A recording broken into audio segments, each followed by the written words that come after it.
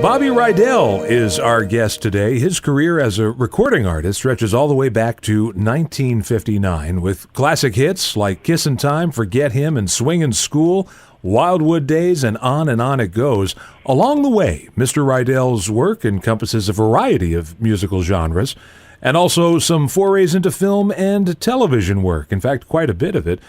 Much of this is covered in his recent autobiography, Bobby Rydell, Teen Idol on the Rocks. Mr. Rydell, welcome to the show. Thank you ever so much. It's a pleasure. You know, I have to ask, over the years, I'm sure your fans have come up to you and said, when are you going to write a book? So what led to now being the right time to do it? You're 100% right. Through the many years that I've been in the business, going on to 6 decades now, after a show, you sit around, you talk to people, and there's a lot of stories that come out. And I've always had a lot of stories, and I like to talk to people. And everybody would say to me, Bobby, you have such wonderful stories. Why don't you write a book? Well, I'm like 21, 22 years old. They said, who wants to read a book about me, at 21, 22 Right. years old? Well, now being 74, I finally decided to sit down and write my autobiography.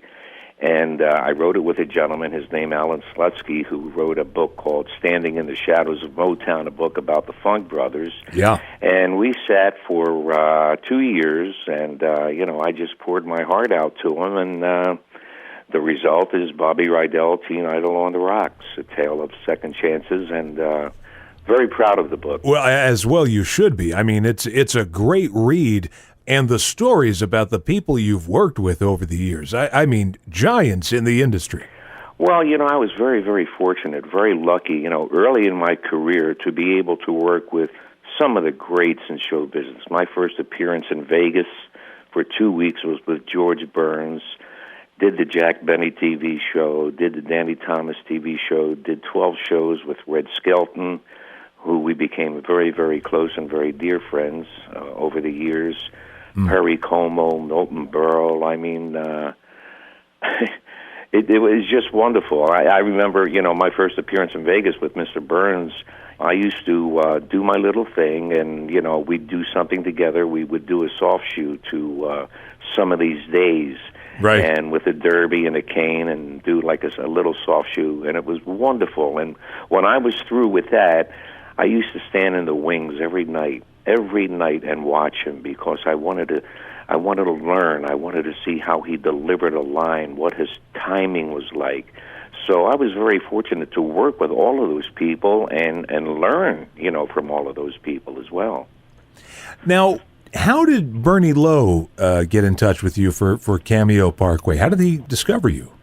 Well, actually, I was 10 years old. There was a show here in Philly called the Paul Whiteman TV Teen Club, and it gave amateur talent a chance to get a break in the business. And the piano player for Paul Whiteman was Bernie Lowe. Now, I was 10 years old at the time. I went on the show, became a regular, and then later on in years, I was playing drums with different groups, filled in with Frankie Avalon. The drummer in a band called Rocco and the Saints got sick. And Frankie and I go back a lot of years. Frankie originally played trumpet, and I played drums. So I sat in. A man by the name of Frankie Day was playing bass with a group called Billy Duke and the Dukes, and after one of the sets, he said, I'd like to manage you. I was like 14, 15 years old. I said, I don't know what you're talking about. Talk to my dad. Yada, yada, yada. We shook hands, and, we went around to a lot of different record companies, RCA, MGM, Capitol, so on and so forth, all turned downs. So we had, here in Philadelphia, an independent label called Cameo, and the owner of the label was Bernie Lowe. Now, I don't know if he remembered me. I really didn't remember him, but I auditioned for him. And he immediately signed me to a contract. And I had 3 records for Cameo, and they all did nothing. They all bombed. I said, well, after trying out for all of the majors and now a local record company in Philadelphia, I said, this is not for me. I was really happy playing drums. And then in the summer of '59, they came up with a tune called Kissin' Time, which became my first hit record. And as they say, the rest is all history. From 1959, Kissin' Time by our guest today, Bobby Rydell. His autobiography is out now, and it's called Bobby Rydell, Teen Idol on the Rocks, A Tale of Second Chances.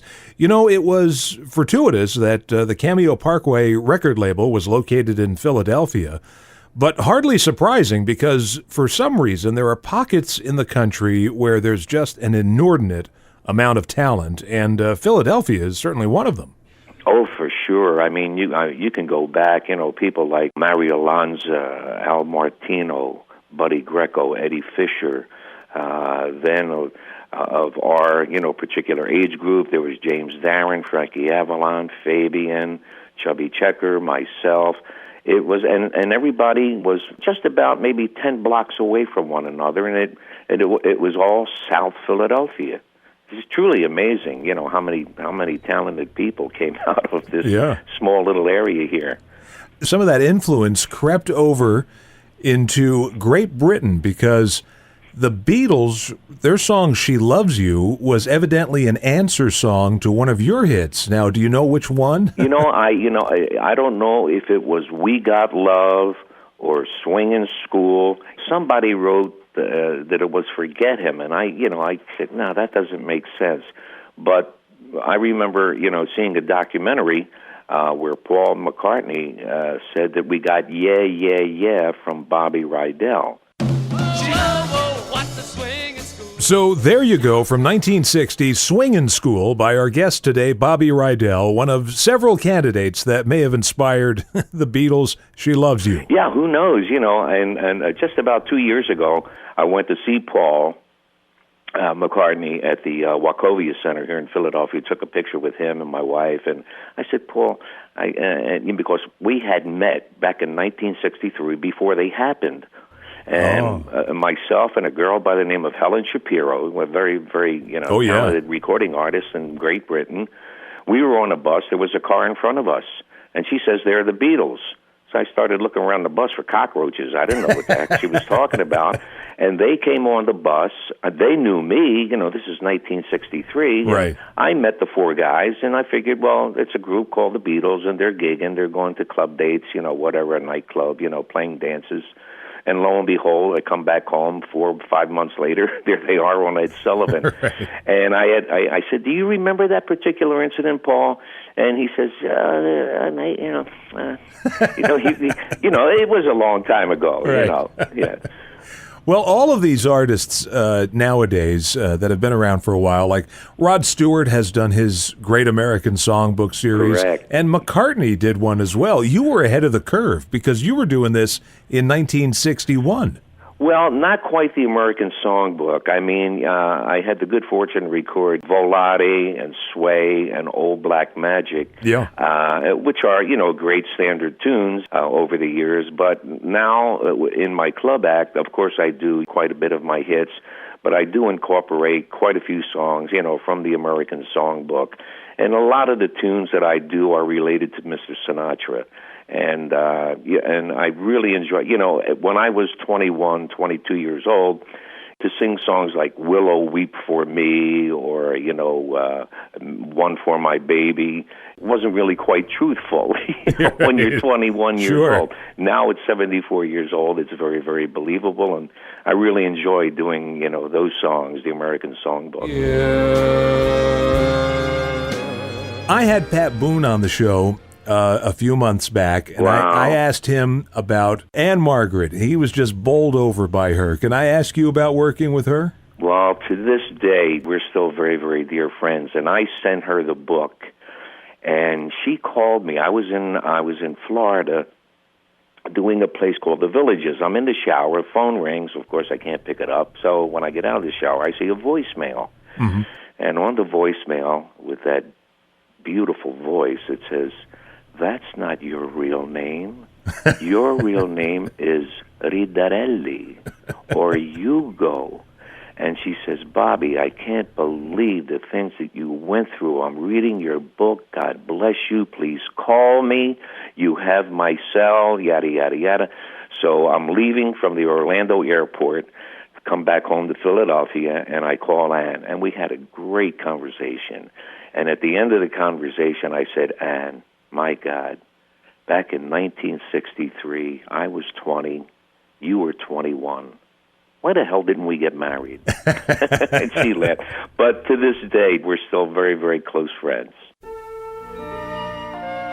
Ann-Margret with Bobby Rydell from the classic 1963 movie musical Bye Bye Birdie. Now, it's no secret you've gone through some pretty difficult times health-wise over the past few years. But listen, I'm talking to you now. You sound fine. How are you feeling these days? My health is really fantastic, and I was a very, very lucky guy. Back in 2012, July 9th to be exact, I had to go through a double transplant, and that was a new liver and a new kidney. And that all happened because, I drank a hell of a lot to the point where, I was an alcoholic. And that all started when my first wife passed away, Camille. We got married in 1968. She passed away in 2003. We were married 36 years, and she passed away of breast cancer. And when, there was just a tremendous void. Sure. After all those years, nobody to lay in bed with, nobody to talk to, nobody to smile with, laugh with, cry with, nobody to relate stories to. And I turned to the bottle. And I started drinking to the point where, I became an alcoholic. And there was one doctor here in Philadelphia, this was in 2010. He said, Bobby, if you don't stop drinking, he said, you're going to be dead in 2 years. Well, I figured, what the hell? If I'm going to be dead in 2 years, I might as well have a ball. He was right on the money, because 2012 is when the double transplant took place. And the way it all happened was an absolute miracle. And, I really thank God. My donor, God rest her soul, Julia, only 21 years old. But not only did she save my life, she saved 6 other people as well. And I split a liver. I split Julia's liver with a little girl here from Philadelphia. Her name is Asaya. She was 4 years old at the time. So I got 75% of Julia's liver, and Asaya got 25%. And the liver, of course, is the only organ in the body that regenerates. It grows. Right. She is now 8 years old. She looks phenomenal. She's a whippersnapper. She really is funny. She's brilliant for, at 8 years old.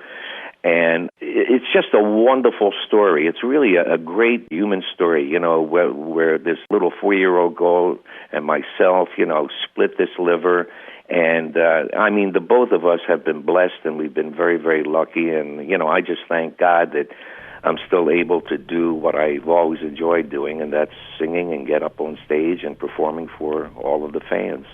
And you're still doing it. God bless you. You mentioned Frankie Avalon and Fabian, and you tour as the Golden Boys.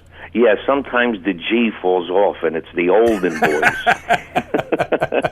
We'll be in Westbury, I think, in October, and then we'll be at the Golden Nugget in Atlantic City in November, and a place called the Sands in Bethlehem, and another venue called the American Music Theater in Lancaster, PA. We started this show back in 1985, and it was great. And I turned to Frank, and I said, Frank, meaning Avalon, I said, how long is this going to last? A year, 2 tops, and it's over. That was 1985, 2016. Right. We're still doing the show, and it's a great show. It's a lot of fun.